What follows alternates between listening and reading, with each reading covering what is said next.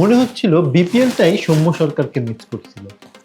জয়ের ধারায় ফিরেছে এই সৌম্যর হাত ধরেই।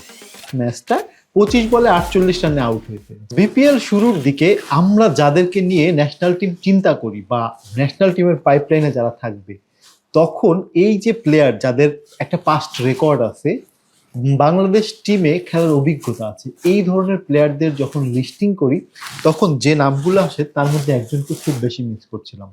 আমার মনে হচ্ছিল এই প্লেয়ারটা কিনা তার জীবনের একটা সুযোগ মিস করছে কিনা।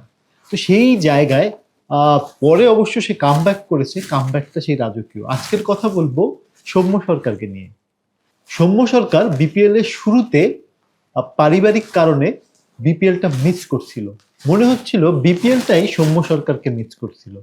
কেন বললাম এই কথাটা? সৌম্য সরকার ম্যাচে ফেরার পরে একটা ম্যাচ খুব খারাপ গেছে নোয়াখালীর, কিন্তু তারপরে জয়ের ধারায় ফিরেছে এই সৌম্যর হাত ধরেই। একটা খেয়াল করে দেখবেন যে নোয়াখালী এক্সপ্রেসের যে রানগুলো আসে তার সিংহভাগই আসে এই ওপেনার দুইজনের উপর ভর করে, যেখানে সৌম্য সরকার একটা ভাইটাল রোল।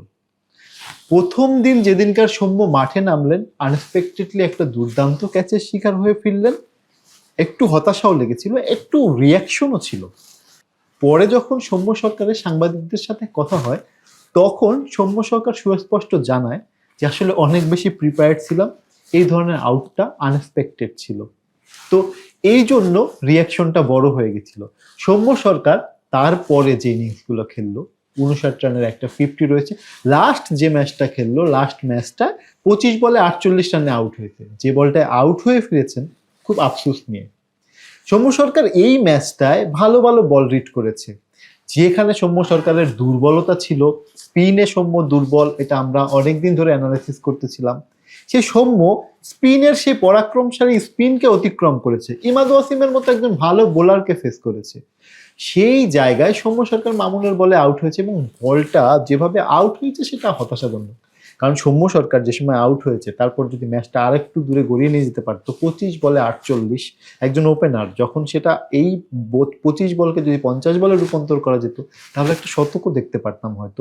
সৌম্য সরকার কিপিং টাস, ফ্যান্টাস্টিক শট খেলেছে। 7টা বাউন্ডারি দৃষ্টিনন্দন। একটা ওভার বাউন্ডারি ছিল, সৌম্য সরকারের চিরচলিত ওভার বাউন্ডারি। যে বলটা আউট হয়েছে, সত্যি কথা বলছি, ওই বলটা লেন্থটা মিস করেছে।